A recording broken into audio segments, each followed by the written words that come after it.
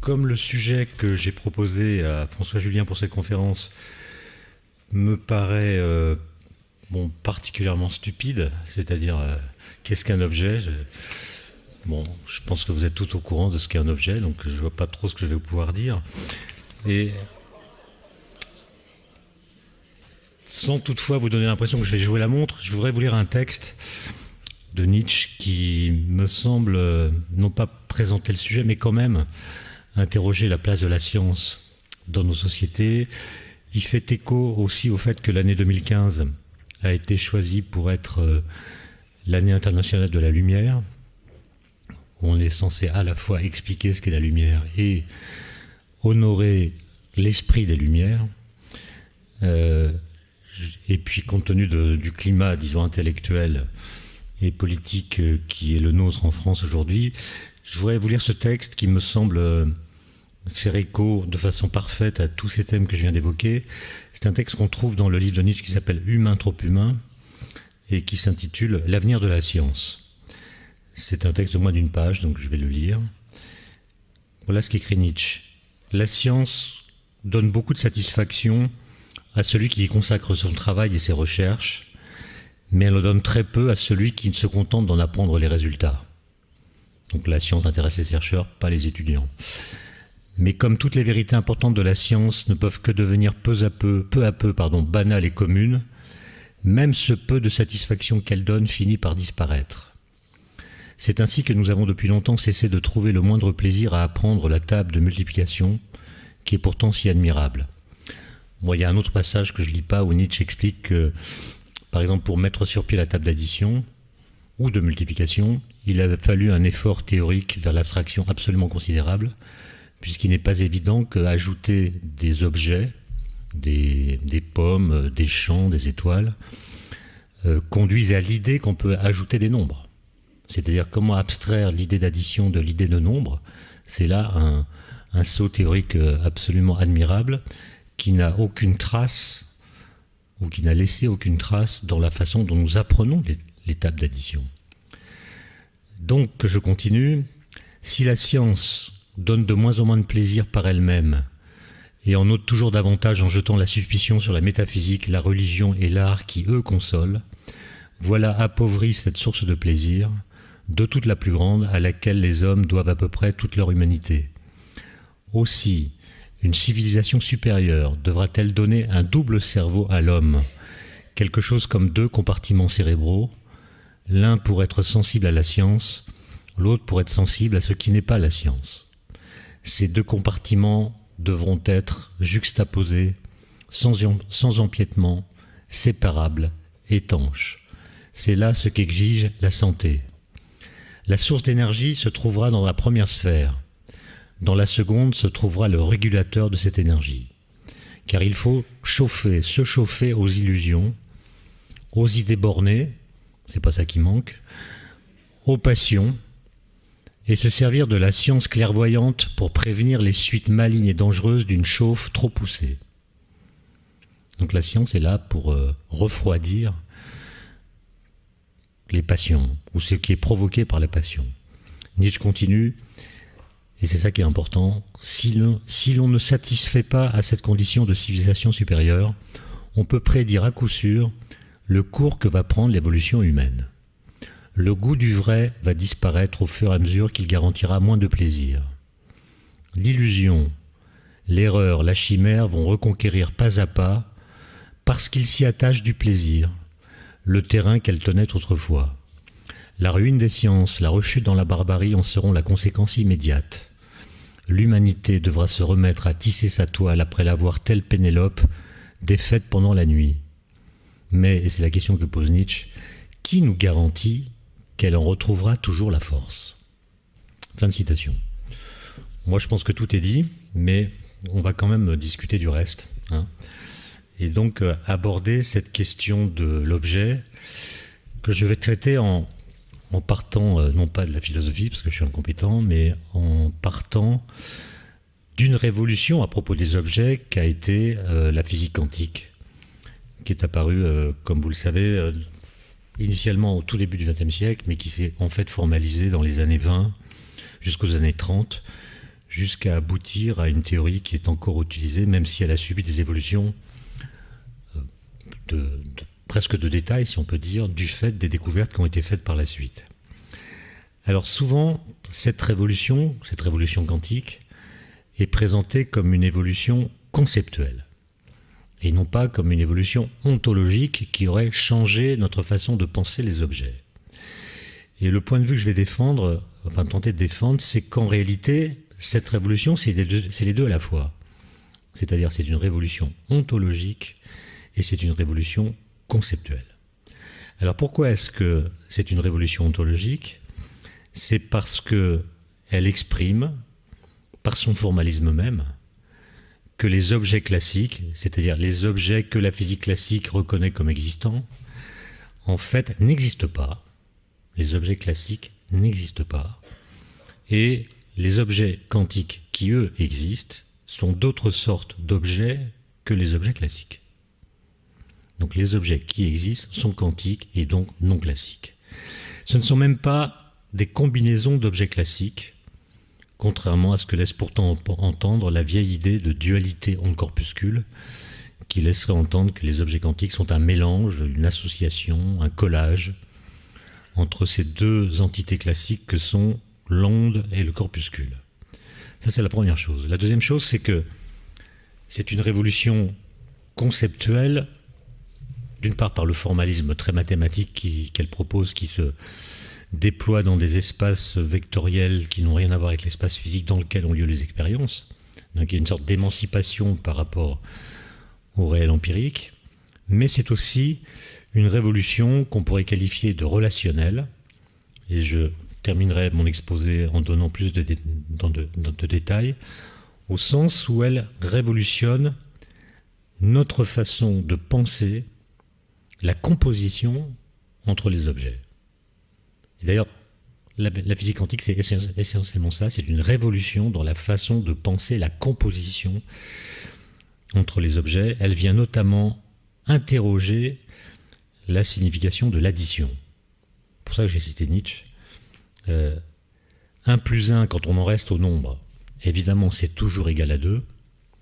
Mais un objet plus un objet, est-ce que cela fait toujours 2 objets? Et ce que montre la physique quantique, c'est que non. Un objet plus un objet, ça peut faire autre chose que 2 objets. Bon. Alors, pour aller un peu plus dans ce sens, parce qu'on pourrait en fait aller très loin, mais on pourrait même dire que la révolution quantique, c'est une révolution relationnelle encore dans un autre sens, qui est que dans sa version, disons, moderne, ce qu'on appelle les théories de jauge en physique quantique, qui permettent de décrire les interactions fondamentales, enfin toutes celles qui jouent au niveau des particules, à l'exception de la gravitation qui est décrite, comme vous le savez, par la relativité générale, qui n'est pas une théorie quantique, mais les 3 autres interactions, électromagnétiques et nucléaires, sont toutes décrites en physique quantique comme procédant, lorsqu'elles agissent entre 2 particules, de l'échange d'une 3e particule qui est caractéristique de l'interaction. Autrement dit, dans les théories de jauge qui sont quantiques, une interaction entre 2 particules se fait par l'échange entre ces 2 particules d'autres particules qui sont caractéristiques de l'interaction. Et donc, si on veut pousser le bouchon très loin, on dira que, en physique quantique, la relation entre les objets, l'interaction, est encore une affaire d'objets, puisqu'elle se fait par la transmission de particules qu'on appelle virtuelles. En l'occurrence, ça peut être c'est donc le photon pour l'électromagnétisme, c'est les bosons intermédiaires pour l'interaction faible, ce sont les gluons pour l'interaction forte, peu importe les détails. L'idée importante, c'est que la médiation entre les objets, les interactions qu'ils ont, sont médiées par des objets.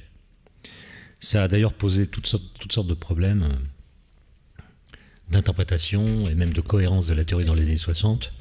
C'est comme vous le savez sans doute, on s'est rendu compte que si on décrit les interactions de cette façon-là, grâce donc à ces théories de jauge qui associent des groupes de symétrie aux interactions, on tombe assez rapidement sur une contradiction avec les mesures qui vient de ce que ces théories de jauge prédisent que les particules qui médiatisent les forces, les interactions, doivent avoir, si les équations sont correctes, une masse strictement nulle. Et même par contagion, cette nullité de la masse des particules qui médiatisent les interactions doit se transférer aux particules qui subissent les interactions, à condition évidemment qu'elles soient élémentaires et non pas composites. Et donc ces théories de jauge, qui disent que les interactions entre objets sont médiatisées par des objets, prédisent que tous les objets élémentaires doivent avoir une masse nulle. Ce qui n'est pas le cas. Évidemment, il y a des particules qui ont des masses nulles, le photon par exemple, mais la plupart des autres sont des particules massives, sont des particules de matière, elles ont une masse qu'on peut mesurer qui est non nulle. Pensez à l'électron, pensez au quark, pensez à ce que vous voulez, ces objets sont massifs. D'ailleurs, ça pose une question en amont encore plus fondamentale, c'est que nous sommes habitués à penser de façon presque automatique, c'est une idée innée, que les notions de masse et de matière sont solidaires, et même liées l'une à l'autre de façon presque intrinsèque.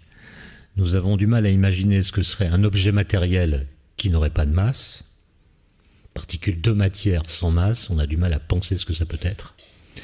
Et réciproquement, on a du mal à penser l'idée de masse sans l'incarner en objet matériel.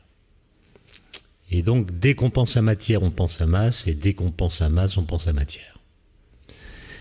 Et cette question-là a été rediscutée, si tant est qu'elle n'ait jamais été auparavant, dans les années 60, à cause de la contradiction que je viens de citer, puisque les physiciens ont constaté que la théorie prédisait des particules de masse nulle, et que toutes les particules même devaient avoir une masse nulle. La plupart des physiciens ont réagi à ce constat en disant qu'il fallait changer la théorie, puisque si la théorie est contredite par les faits, c'est que les faits ont raison et la théorie a tort, donc il faut la changer. Mais quelques physiciens, très peu nombreux, 3 en fait, jeunes, ont donné raison aux équations, et on dit, les équations ont raison, les particules élémentaires, qui sont des objets matériels, ont effectivement une masse nulle. Mais nous, physiciens, depuis longtemps, depuis Newton, nous nous trompons sur la signification du concept de masse. C'est-à-dire, au lieu de dire ce que j'ai dit, c'est-à-dire au lieu de dire qu'il y a une solidarité entre la notion de masse et de matière, au lieu de penser que les particules élémentaires, qui sont des objets, tirent leur masse du fait qu'elles sont des particules, pourquoi ne pas imaginer que la masse n'est en réalité qu'une propriété secondaire, et non pas primitive, qui vient du fait que ces particules de masse nulle interagissent avec le vide, qui n'est pas vide, qui contient des objets, et c'est l'interaction des particules de masse nulle avec le vide qui contient des objets qui enclenche une interaction qui se manifeste par une inertie des particules, elles sont freinées en quelque sorte par le vide, que nous interprétons comme étant leur masse. Et cette idée qui a été émise en 1964, comme vous le savez sans doute, a été confirmée après 48 ans de recherche par la découverte en 2012 du boson de Higgs, qui est la particule associée à ce champ qui est dans le vide, avec lequel les particules de masse nulle interagissent et qui leur donne leur masse. Et donc, la conclusion de tout ça, c'est que les objets matériels élémentaires ont une masse parce que le vide n'est pas vide. Voilà. Les particules ont une masse parce que le vide n'est pas vide et est lui-même constitué, composé de toutes sortes d'objets qui sont des champs quantiques dans l'état fondamental, ce qu'on appelle les particules virtuelles. Mais je pense que maintenant, on a suffisamment d'arguments de ce sens pour enfin dire que le mot vide en physique devrait être remplacé par un autre mot, puisque le vide apparaît comme étant simplement un prologue de la matière, c'est-à-dire il contient déjà virtuellement tous les objets matériels, simplement ces objets n'ont pas assez d'énergie pour se manifester vraiment, ils sont virtuels, mais néanmoins déjà présents en tant que potentialité dans le vide quantique. Et donc, la conclusion de ce préambule, c'est que finalement, l'histoire de la physique est une histoire qui constamment, enfin régulièrement en tout cas, déplace la relation qu'elle établit entre les relations et les objets. ce qu'on appelle une relation peut finir par s'exprimer en termes d'objet. Et donc il y a une sorte de tension dialectique qui relie la notion d'objet à la notion de relation. Mais comme je soupçonne qu'il y a des hégéliens dans la salle, je n'en dirai pas plus sur ce sujet. Bon. Alors, je reviens pendant 5 minutes là sur ce que j'ai appelé la révolution ontologique associée à la mécanique quantique. C'est une révolution ontologique au sens où elle nous dit comment sont les objets qu'elle décrit, ou plutôt, elle nous dit quelles sont les propriétés que ces objets ne pourraient pas avoir. Et le problème, c'est un problème pour qui est intéressé par la rigueur de la pensée, disons, c'est que dans un certain nombre de pays, notamment la France, les révolutions scientifiques, comme a été la mécanique quantique ou comme a été la relativité, sont toujours pensées et présentées non pas comme des révolutions, mais comme des évolutions. Sans doute par le souci d'être compris, on veut être compris, donc on les dit dans le cadre des concepts que pourtant ces théories viennent remplacer. Et comme on les dit dans le langage des théories qu'elles viennent remplacer, on rate l'essentiel du message nouveau qu'elles apportent, puisque on les ramène en quelque sorte à l'ancien. Et ça peut produire des effets absolument ravageurs. Je vais vous donner un exemple qui est facile à confirmer, puisque quand on lit aujourd'hui, en 2015, les livres de philosophie de terminale, dans lesquels on trouve un petit passage sur la physique quantique en général, qui se résume en fait à détailler les implications du principe dit d'incertitude de Heisenberg. Et dans tous ces livres, des manuels scolaires, mais aussi dans beaucoup d'autres, on trouve toujours la même phrase, qui est celle-ci. Le principe d'incertitude de Heisenberg dit qu'on ne peut pas mesurer avec une précision arbitraire la position et la vitesse d'une particule. Vous avez déjà lu ça, je pense. On ne peut pas connaître la vitesse et la position. Et quand vous avez 17 ans ou 18 ans, quand vous êtes en terminale, vous lisez cette phrase, et que comprenez-vous? Qu'une particule quantique a une vitesse et une position bien déterminées, mais la méchante mécanique quantique nous empêche de les connaître avec précision. S'ensuit un petit couplet sur le fait que la physique quantique apparaît comme une imitation de notre pouvoir de connaître les objets.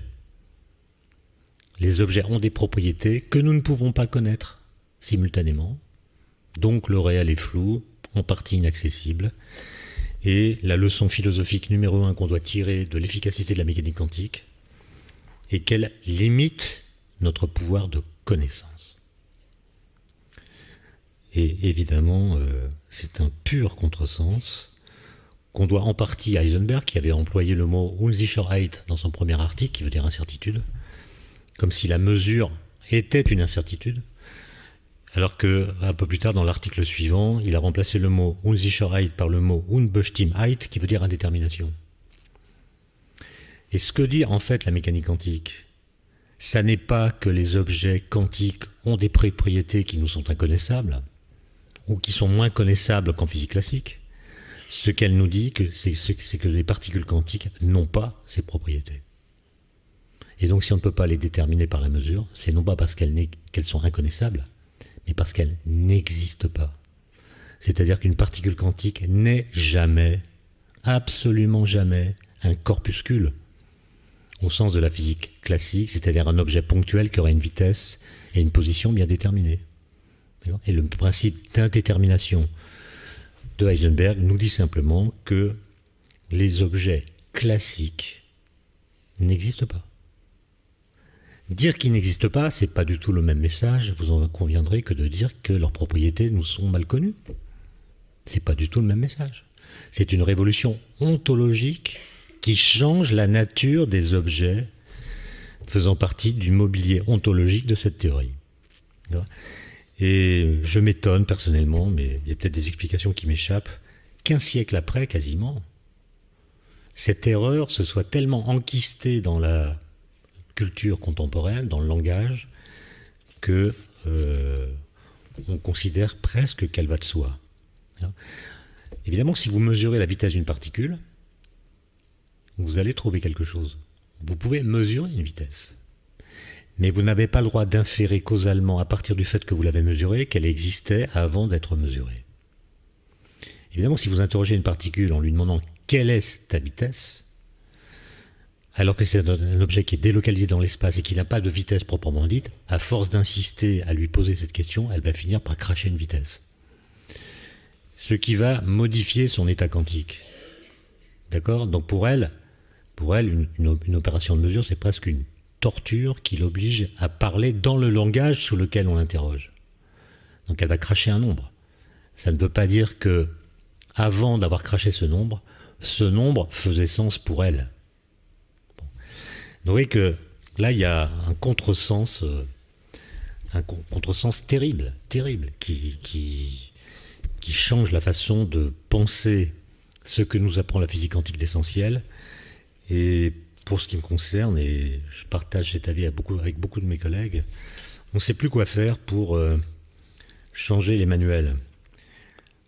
Alors maintenant, j'en viens à une question, disons, plus philosophique à propos des objets, qui est la question de savoir comment nous parvenons à les connaître. Et pour entamer cette discussion, je pense qu'il est utile de rappeler une phrase de Wittgenstein, qui est en fait une évidence, mais quand on la lit, on a quand même un choc, alors même que ce qu'il dit est parfaitement évident. Voici cette phrase. « C'est un coup du sort étrange, dit Wittgenstein. Tous les hommes dont on a ouvert le crâne avaient un cerveau. » Voilà. Et donc, ce constat étant fait et bien posé, la question se pose de déterminer quel rôle joue le cerveau dans notre rapport au monde et quel rôle joue-t-il dans la construction de nos connaissances sur le monde. Le déchiffrage du monde n'étant pas immédiat, on conçoit qu'il nécessite des outils, des instruments, des méthodes. Et la question est, quels sont ces outils, quels sont ces instruments, quelles sont ces méthodes? Comment parvenons-nous à connaître et comment pouvons-nous savoir ce que nous savons à propos des objets? Alors pour un physicien, ça sera à propos des particules. Mais on peut poser la question à propos de n'importe quelle sorte d'objet. La connaissance des propriétés des choses, dès lors que nous constatons que nous sommes capables de l'acquérir, devient manifestement un problème, une énigme, en tout cas si l'on veut bien s'attarder à interroger ce qu'elle représente. C'est un problème qui exige des théories précises, sauf à sombrer dans un scepticisme aussi paradoxal qu'indépassable, consistant à penser que la seule connaissance qui soit certaine est qu'aucune connaissance ne serait certaine. Donc si votre idée c'est que la seule connaissance que nous ayons, c'est qu'aucune connaissance n'est certaine, je vous laisse à vos méditations, en signalant quand même le côté paradoxal de la phrase, puisque si toute connaissance est incertaine, celle qui dit que la seule qui soit certaine, c'est celle-ci, est elle-même incertaine. D'accord ? Si tout est relatif, il est relatif que tout est relatif, et donc c'est pas vrai. Okay ? Bon, donc on passe à l'étape suivante, en réfutant ce scepticisme radical, et en reconnaissant que pour qu'une théorie de la connaissance soit envisageable, il faut au moins et d'abord que soit clairement distingué le sujet qui connaît et l'objet à connaître. Il y a donc à la base de tout cela une expérience cognitive minimale qui est requise, une expérience cruciale au terme de laquelle le sujet éprouve d'une manière ou d'une autre, le sentiment qu'il existe une résistance de l'objet, ce qu'on pourrait appeler une récalcitrance de l'objet, et le sujet comprend que l'objet n'est pas lui. Cet objet-là, ce verre par exemple, ou cette bouteille, a des propriétés qu'il possède en lui-même et qui ne sont pas moi. Ça veut dire que cet objet n'est pas dans le prolongement de moi, il ne m'appartient pas, il a son autonomie, il a une espèce d'indépendance par rapport au sujet, et l'expérience cognitive minimale dont je parle est celle par laquelle on fait l'expérience d'une séparation qui met d'un côté la réalité et de l'autre ce que j'en perçois ou crois en comprendre. Alors, je sais qu'il y a des hegeliens dans la salle, donc j'hésite à citer Hegel, mais je me lance quand même. Dans le premier chapitre de la phénoménologie de l'esprit, Hegel parle exactement de ça. Il dit la conscience s'éprouve d'abord dans ce qu'on appelle la certitude sensible. Qu'est-ce que la certitude sensible? C'est la conviction, dit Hegel, que les sens ne nous trompent pas. Et puis tout d'un coup, cette conscience qui a le sentiment que les sens ne nous trompent pas en vient à désespérer d'elle-même en découvrant l'extrême précarité de son savoir, et elle finit par se résoudre à la nécessité d'une réflexion théorique sur son pouvoir de connaître. Donc on fait confiance à nos sens, et puis tout d'un coup, on se rend compte, Descartes et d'autres, que les sens peuvent parfaitement nous tromper. Et du coup, on se dit, si les sens peuvent me tromper, si la certitude sensible en fait n'est pas une certitude, comment puis-je savoir ce que je sais de l'objet? L'objet, ce n'est pas moi, il a sa réalité propre, il est autonome, j'ai ma réalité. Comment ma réalité peut-elle connaître la sienne? Si j'admets une séparation. Pour le dire encore une fois avec les mots de Hegel, je le cite, « Comment ce qui est en soi peut-il devenir pour moi ?» Comment ce qui est en soi peut-il devenir pour moi? Telle est en somme la formulation philosophique du problème de la connaissance des objets. Et donc, définie de façon minimale, la connaissance d'un objet est la mise en relation d'un sujet qui veut connaître et d'un objet à connaître. Et cette mise en relation se fait par le truchement d'une structure opératoire. Par exemple, en physique, cette structure opératoire, ce sont les équations mathématiques qui constituent la théorie, qui permettent de décrire et de penser les objets avant d'aller rencontrer ces objets par le biais d'expériences qui sont faites non pas dans les espaces vectoriels de Hilbert dans lesquels on a fait les calculs, mais dans l'espace physique à 3 dimensions.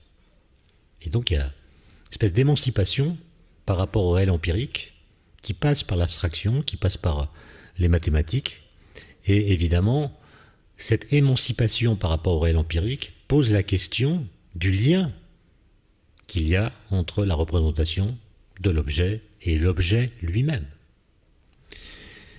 Alors, je ne vais pas réciter Piaget, etc., sur ces structures opératoires, mais vous voyez bien que les théories de la connaissance, qui essaient d'aller un peu plus loin que ce que j'ai dit, essaient de préciser la nature et l'origine, surtout, des structures opératoires qui créent la médiation entre l'objet et le sujet. Et on peut proposer une sorte de typologie des différentes propositions qui sont faites, et à chacune d'elles, d'ailleurs, correspond une théorie de la connaissance. Par exemple, vous pouvez dire que les structures opératoires qui permettent de connaître l'objet appartiennent intégralement au sujet. Et donc c'est nous, dans notre cerveau, qui avons des structures opératoires qui nous permettent de connaître.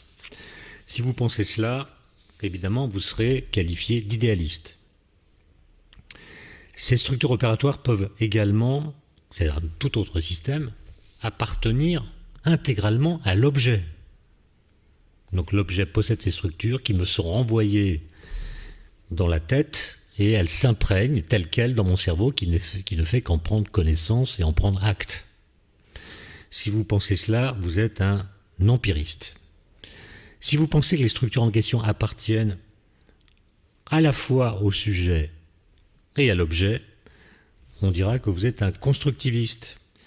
Si vous pensez que les structures n'appartiennent ni à l'objet ni au sujet, mais à leur relation, vous serez un structuraliste, etc., etc. On peut multiplier les possibilités, mais on peut ainsi définir une manière, disons, assez sommaire et même assez brutale d'appréhender l'espace intermédiaire qu'il y a entre le sujet et l'objet, qui sont mis en présence dans l'acte de connaître. Alors c'est sommaire, c'est brutal, mais ça a quelques avantages. Ça permet par exemple de comprendre comment la logique est devenue, à la suite d'Aristote, la science des structures générales qui s'interposent entre le sujet connaissant et l'objet à connaître. Si la logique s'était polarisée sur le sujet, eh bien elle se serait confondue avec une sorte de psychologie. Si la logique s'était centrée sur l'objet, elle se serait confondue avec une ontologie. Mais attacher la logique à l'espace intermédiaire entre le sujet et l'objet, eh bien, ça permet de la définir comme quelque chose de beaucoup plus général, qu'on pourrait définir comme étant l'étude des conditions formelles de la vérité. Ce qui est à peu près, si j'ai bien compris mes lectures, le statut qu'on confère aujourd'hui à la logique. C'est l'étude des conditions formelles de la vérité. Mais, et c'est là un point très important, il y a quelque chose qui distingue une théorie de la connaissance d'une simple logique. C'est le fait qu'elle ne se borne pas à décrire la structure qui conditionne la production de la vérité. Elle cherche aussi à évaluer la part qui revient au sujet et celle qui revient à l'objet dans la constitution d'un savoir. Et donc, la réflexion philosophique sur l'acte de connaître les objets a eu au fait de poser une alternative, ou bien la connaissance n'est que le résultat de l'enregistrement dans le sujet d'informations déjà organisées dans le monde extérieur, ou bien elle est produite par le sujet qui possède la faculté d'agencer les données immédiates de la perception. Je ne suis pas compétent en matière d'histoire de la philosophie, mais j'ai un peu lu quand même, et il me semble que Descartes, Locke, Leibniz, Hume, pour qui connaître c'est croire, Kant, pour qui connaître c'est construire, sont les protagonistes des débats ouverts par cette alternative et qui est devenue canonique. C'est presque un sujet de bac. L'idée que la connaissance n'est que le résultat de l'enregistrement dans le sujet d'informations déjà organisées dans le monde extérieur se trouve déjà chez Platon, dans le Thé et Tête. C'est l'idée que les dispositions du sujet connaissant proviennent de l'action des objets qui s'exercent sur lui. Les objets agissent sur nous. Et c'est cette action qui engendre dans notre esprit de sujet la connaissance. Mais, comme vous sans doute le savez, certains spécialistes des neurosciences défendent la thèse exactement inverse. Bon, c'est tout un courant qui a été initié par Jean-Pierre Changeux notamment et par beaucoup d'autres, avec lequel des mathématiciens ont eu l'occasion de ferrailler, je pense à Alain Cohn. Et ce sont des chercheurs qui tentent de développer ce que j'appellerais une théorie reproductive de la connaissance, en explorant les relations existantes entre les structures cognitives qui appartiennent au cerveau et les structures théoriques qu'on retrouve dans l'armature conceptuelle des théories, par exemple les théories physiques. L'idée, c'est que les théories physiques, en fait, sont construites à partir de nos structures cognitives dans le cerveau. Elles ressemblent à ce qui existe déjà dans le cerveau. Elles reprennent des concepts dont les germes sont présents dans les structures cognitives qui sont les nôtres. Et donc leur idée, c'est que lorsque on construit un édifice théorique, on ne fait que reproduire et plaquer à son insu les structures et les propriétés de son propre système cognitif sur les phénomènes que nous tentons d'expliquer. Donc les lois physiques, par exemple, dans cette conception, ressemblent moins aux phénomènes qu'à notre cerveau qui les produit. L'édifice théorique, qui est censé offrir un modèle descriptif de la réalité dite objective, celle des objets, se trouve en fait construit et structuré comme le sont nos facultés cognitives. Et donc, si on croit cette thèse, on doit considérer que le déchiffreur n'invente rien, mais plaque sur le monde quelque chose qui vient de lui-même, quelque chose qui lui appartient.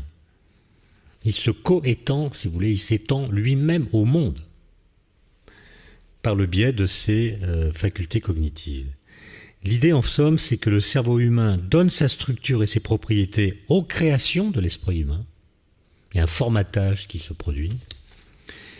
Et donc, notre connaissance théorique, en fait, est complètement structurée, dessinée, formatée par notre cerveau. Et donc, dans cette perspective, le statut du savoir se retourne, le statut du savoir s'inverse. Au lieu de nous révéler quelque chose du monde, il nous renseigne sur nous-mêmes. Donc la physique quantique nous en apprend moins sur le monde physique que sur notre cerveau qui a construit la physique quantique. Enfin, c'est pas le cerveau de n'importe qui non plus. Il ne faut pas généraliser. Le cerveau des Dirac, Einstein, Planck, Pauli, Schrödinger et compagnie, c'était spécial. Bon. Ça veut dire que dans ce cadre, l'invention théorique devient vectrice d'introspection. D'accord ? C'est-à-dire, ces connaissances nous ramènent perpétuellement au sujet dont on ne peut jamais se défaire. C'est un peu comme le sparadrap du capitaine Haddock, il essaie de l'enlever, mais à chaque fois il revient. Ben là, c'est pareil. On est condamné à n'utiliser que des choses, que des concepts, que des idées qui sont homomorphes à ce que notre cerveau a été capable d'engendrer. Alors évidemment, cette thèse, elle est contestée violemment. Elle a été par Alain Cohn, notamment dans le livre Matière à penser qu'il a écrit en dialogue avec Jean-Pierre Changeux, mais elle l'avait été aussi par anticipation par Einstein. Einstein a une position qui est aux antipodes de celle que défend ce courant de pensée. Je le cite, « Selon moi, dit Einstein, les concepts sont librement inventés, et ne peuvent en aucun cas être dérivés des lois de notre activité mentale. » Donc les concepts n'ont rien à voir avec notre pensée. C'est quand même pas la même thèse.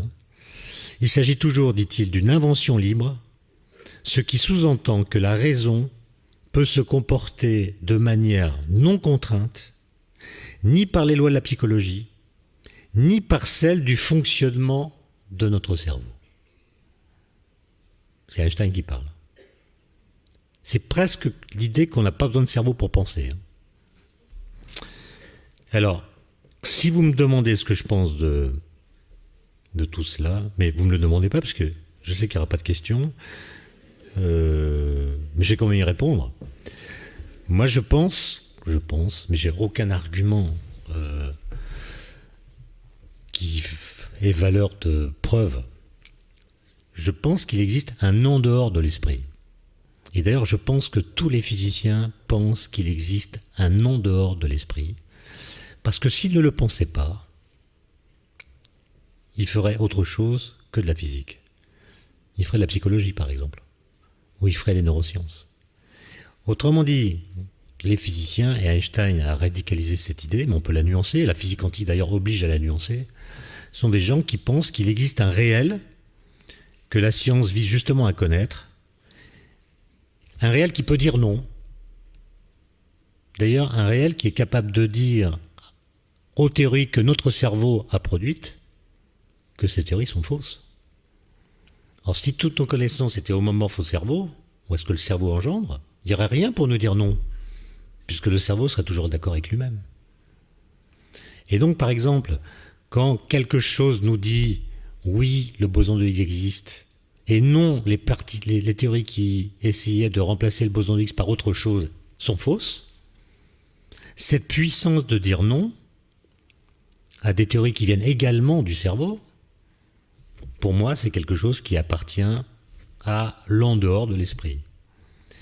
Et donc, il y a quelque chose qui est capable de faire retour sur ce que nous pensons et ainsi modifie les contours de la raison.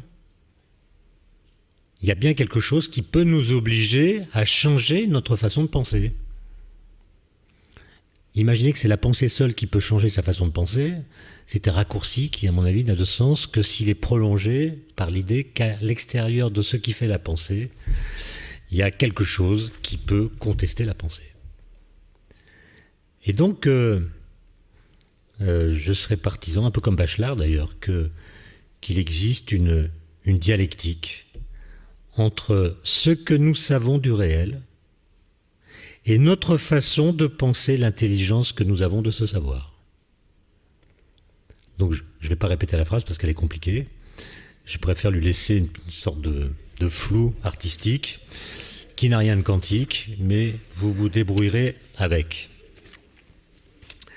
Alors pour finir, je voudrais vous parler de cette révolution relationnelle qu'est la mécanique quantique, et je vous avais dit que je vous parlerais de la question de savoir combien vaut un objet plus un objet. 1 plus 1, ça fait 2. Un objet plus un objet, ça fait combien? Alors, la physique quantique, c'est quelque chose d'assez difficile d'accès. C'est même très difficile à comprendre, puisque ça fait appel à des concepts qui ne sont pas du tout des concepts familiers, et ça se formalise dans un langage qui est mathématique. Mais l'essentiel du bouleversement qu'elle a entraîné est assez simple à dire. Il tient dans le simple fait que la physique quantique systématise l'une des 4 opérations élémentaires, et par chance, c'est la plus simple, qui s'appelle l'addition. Voilà. Toute la mécanique quantique est basée sur l'addition, puisqu'au cœur de son formalisme gît un principe qu'on appelle le principe de superposition, qu'on pourrait aussi appeler le principe d'addition. Que dit ce principe? D'abord que un système physique, par exemple un objet, une particule, a des propriétés qui sont les mêmes pour tous les objets identiques. Alors, si vous prenez un électron, tous les électrons ont la même masse, ils ont la même charge électrique, ils ont le même spin. Et donc, ils ont des propriétés qui définissent leur nature. Donc, ce sont des propriétés qui ne changent pas quand vous passez d'un électron à un autre électron. Mais un électron peut avoir d'autres propriétés qui ne sont pas les mêmes pour tous les électrons. Par exemple, une énergie. Par exemple, un moment cinétique. Par exemple, une direction du spin. Voilà, vous prenez 2 électrons quelconques, ils n'ont pas forcément la même direction pour leur spin. Et donc ces propriétés qui peuvent varier d'un électron à l'autre, c'est ce qu'on appelle l'état de l'électron, l'état physique de l'électron. Préciser son état, c'est dire quelles sont les propriétés qu'il a lui et que les autres n'ont pas forcément de la même façon. Tous les électrons ont une énergie, mais n'ont pas tous la même. Donc l'état, c'est ça. Et l'idée de base de la mécanique quantique, c'est que vous allez décrire cet état d'une particule par un vecteur d'état, c'est-à-dire par en fait une grandeur mathématique, que vous appelez A ou B ou C ou ce que vous voulez. Et la seule règle qui s'impose, c'est que si A est un état possible de la particule, si B est un autre état possible de la particule, alors A plus B est encore un état possible de la particule. Voilà. Donc vous avez le droit d'ajouter les états les uns aux autres, parce que si l'un est possible, si un autre est possible, la somme des deux est encore possible. C'est ça qui rend fou, évidemment. D'accord? Parce que cette règle d'addition, on ne la voit jamais autour de nous. Hein. Par exemple, si j'ai un électron qui est dans l'état A, et l'état A, ça veut dire qu'il est ici, et si cet électron peut être dans l'état B, qui est cette position-là, la mécanique quantique me dit qu'il peut être dans A plus B. A plus B, alors ça veut dire quoi? Ça ne veut pas dire qu'il est au milieu. D'accord? Ça veut dire en fait qu'il est nulle part. Quand il est dans A plus B, il est nulle part. Simplement, si je fais une mesure de sa position, il y a une chance sur 2 que je le trouve là, et il y a une chance sur deux que je le trouve là.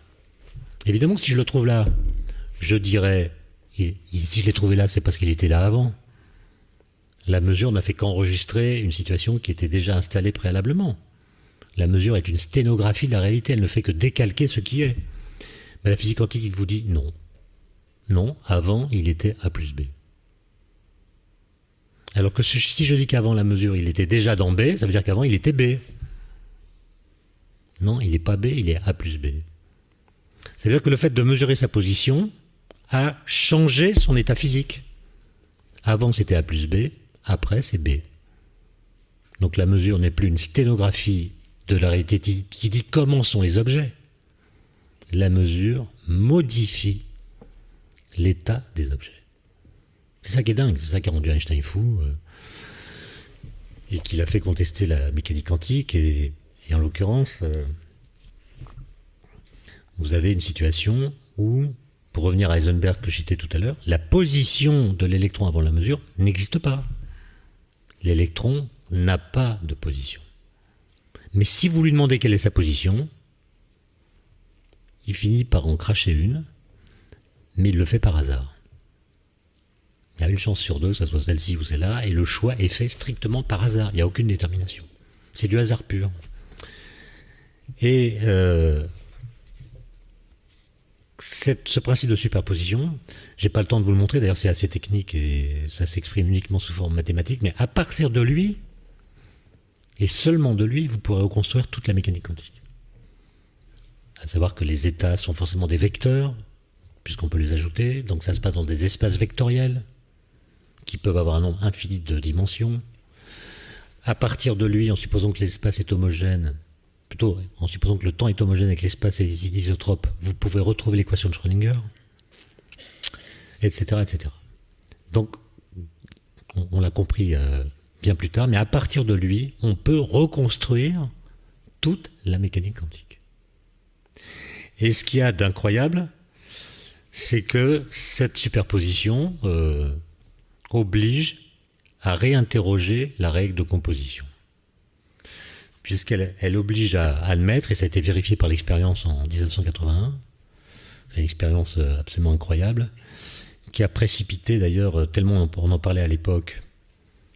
Oui, à l'époque, c'est les sujets qui faisaient l'actualité, c'était pas les mêmes qu'aujourd'hui. Quand cette expérience a donné ses résultats, l'expérience sur la non-séparabilité quantique, en 81, moi j'avais donc 23 ans, ça a fait la une de tous les journaux pendant des jours et des jours. Et ça a envoyé dans le domaine de la recherche en physique toute une génération de jeunes gens. Tellement c'était fascinant. Le boson de Higgs, qui est encore plus fascinant, n'a pas eu cet effet. Donc il s'est passé quelque chose dans notre rapport à la connaissance, en 30 ans, et c'est pour ça que j'ai cité le texte de Nietzsche. Donc, je reviens à mon sujet. Ce que dit et ce qu'a montré cette expérience, c'est que deux objets, deux particules qui ont interagi dans le passé et s'éloignent l'une de l'autre, quelle que soit la distance qui les sépare, en fait constituent un tout inséparable. Vous n'avez pas le droit de dire il y a un objet là, vous avez le droit de dire il y a une paire, et cette paire n'est pas individualisée. Si vous faites une mesure sur une des particules, aussitôt ça modifie l'état de l'autre, sans que vous puissiez dire qu'une information est passée de la première à la seconde. D'accord ? C'est-à-dire qu'elles constituent un tout, vous ne pouvez pas les isoler, vous ne pouvez pas les penser séparément. C'est ce qu'on appelle la non-séparabilité quantique, et c'est l'expérience qui montre que dans ces cas-là, qui ne sont pas des cas universels, l'espace existe, mais ne joue aucun rôle. Aucun rôle. Même si les deux particules sont distantes de 50 000 années-lumière ou plus, elles sont dans la même situation que si elles étaient à 30 mètres de distance, ou à 50 cm, ou à n'importe quoi. Alors qu'on pourrait penser que plus elles sont éloignées, plus leurs destins individuels sont autonomes l'un par rapport à l'autre. Tout ce qui arrive à l'une devrait être indifférent à l'autre. Mais en fait, non, il y a une corrélation très, très forte, beaucoup plus forte que les corrélations classiques, qui fait que ce système est considéré comme non séparable. Et cette découverte oblige évidemment à nous interroger sur la notion même de composition des objets. Et c'est peut-être le seul point de mon exposé où j'ai quelque chose à dire à propos de la question posée dans le titre de la conférence. Bon, il était temps. Et donc, quand est-ce qu'on parle de composition ? On parle de composition quand un système combiné à un autre en donne deux. D'accord ? Mais comment ajoute-t-on deux objets l'un à l'autre ? Comment les choses se composent-elles ? Eh bien, la vérité, c'est que la réponse à cette question est très subtile. Je vais prendre 3 exemples qui n'ont rien à voir avec la mécanique quantique pour montrer déjà que même dans la vie quotidienne, c'est pas simple. Je prends un premier exemple qui est l'étreinte de 2 corps humains. Elle se déroule en un lieu unique, c'est ce que les physiciens appellent une opération locale, mais elle donne parfois naissance à un 3e corps qui est irréductible à la somme mécanique des 2 parents. Un bébé, c'est pas la somme mécanique des 2 parents. Ce fait d'expérience permet de douter d'un résultat que des mathématiciens arrogants présentent comme certain. Selon eux, 1 plus 1 serait égal à 2 sans possibilité d'exception. On voit par là que ce n'est pas vrai. 2e exemple, les bananes. Alors, les bananes. De toute évidence, une banane plus une banane, ça fait 2 bananes. D'accord ? Mais, c'est à la condition que ces bananes n'aient pas pourri au point de ne plus être reconnaissables en tant que bananes. Autrement dit, ça ne fait 2 bananes que pendant un certain temps. Alors qu'un plus 1 égale 2, c'est vrai tout le temps. Mais une banane plus une banane égale 2 bananes, ça n'est vrai que très provisoirement. Autrement dit, pour qu'il y ait composition, il faut qu'il n'y ait pas décomposition. La préservation de l'identité des composantes, en l'occurrence les bananes, et la possibilité même de les appeler par le même nom qu'auparavant, sont donc 2 conditions importantes pour qu'on puisse dire qu'une banane plus une banane est égale à 2 bananes. D'accord ? Il faut qu'il y ait préservation de l'identité des objets. Okay. 3e exemple. 2 verres de jus d'orange. Je prends 2 verres de jus d'orange, et si on les ajoute l'un à l'autre, le résultat peut varier selon la méthode qu'on emploie pour obtenir leur somme. Mettons le premier verre à côté du second. Je pose les 2 verres l'un à côté de l'autre, ça fait 2 verres de jus d'orange. Mais si nous versons le jus du second verre dans le premier, on dira alors qu'on n'a qu'un seul verre de jus d'orange contenant une quantité de jus d'orange plus grande. Le second verre étant devenu vide, c'est toujours un verre, mais on ne pourra plus dire que c'est un verre de jus d'orange. C'est simplement un verre. Cette appellation, verre de jus d'orange, est désormais limitée au seul grand verre. Celui-ci, bien qu'il corresponde à la somme des 2 verres initiaux, est le seul qu'on puisse continuer d'appeler verre de jus d'orange. On voit par là que 1 plus 1, ça peut faire 1. D'accord ? Et même quand on prend des objets ordinaires, 1 plus 1, ça peut faire 1, c'est le cas qu'on vient de voir. Ça peut faire 2 pour les bananes, pendant un certain temps. Ça peut faire 3, pour le premier exemple que j'ai cité. Et ça peut même faire 2,5 pour les grandes valeurs de 1. 1 plus 1 est égal à 2,5 quand 1 est grand. Personne ne réagit, c'est drôle. Bon. Eh bien, ce que je voulais vous dire, c'est que en physique quantique, il existe des cas qui n'ont rien à voir avec ce que je viens de dire, dans lesquels 1 plus 1 donne autre chose que ce que prévoient les règles d'addition classiques.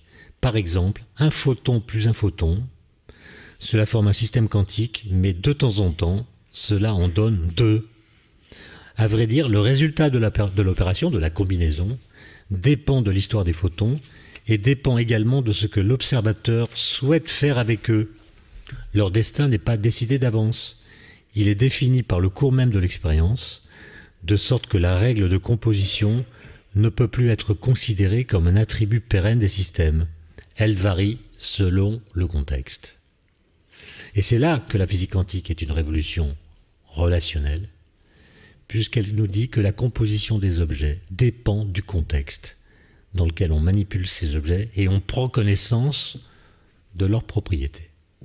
Alors ça paraît complètement arbitraire, tout ce que j'ai raconté là, mais il y a une façon de prouver que ce n'est pas arbitraire, c'est le fait qu'à partir de ce que je viens de dire, on a pu réaliser des expériences qui ne sont rendues possibles que parce que ce que je viens de dire est vrai. On a pu, par exemple, téléporter, non pas des objets, mais des propriétés d'objets. On a pu téléporter l'état quantique d'atomes. Par exemple, il y a un atome qui est ici, un atome qui est là, qui peut être à 3 mètres, qui peut être à 25 km.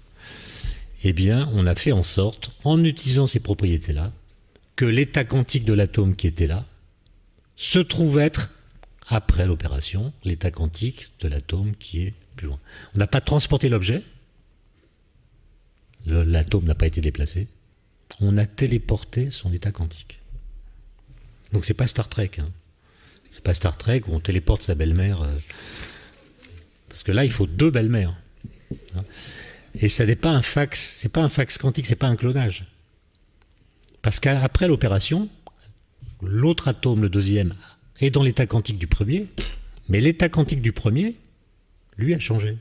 Donc c'est pas un fax qui transmet l'information. L'état quantique du premier a changé, et il a changé d'une façon qu'on ne peut pas prédire avec certitude, puisque c'est cela encore des probabilités qui interviennent avec le hasard. Donc pour revenir à Star Trek, d'abord il faut 2 belles-mères, vous en téléportez une, mais l'autre, elle reste là. Et son caractère, son état quantique, si vous préférez, peut être bien pire après l'opération qu'avant.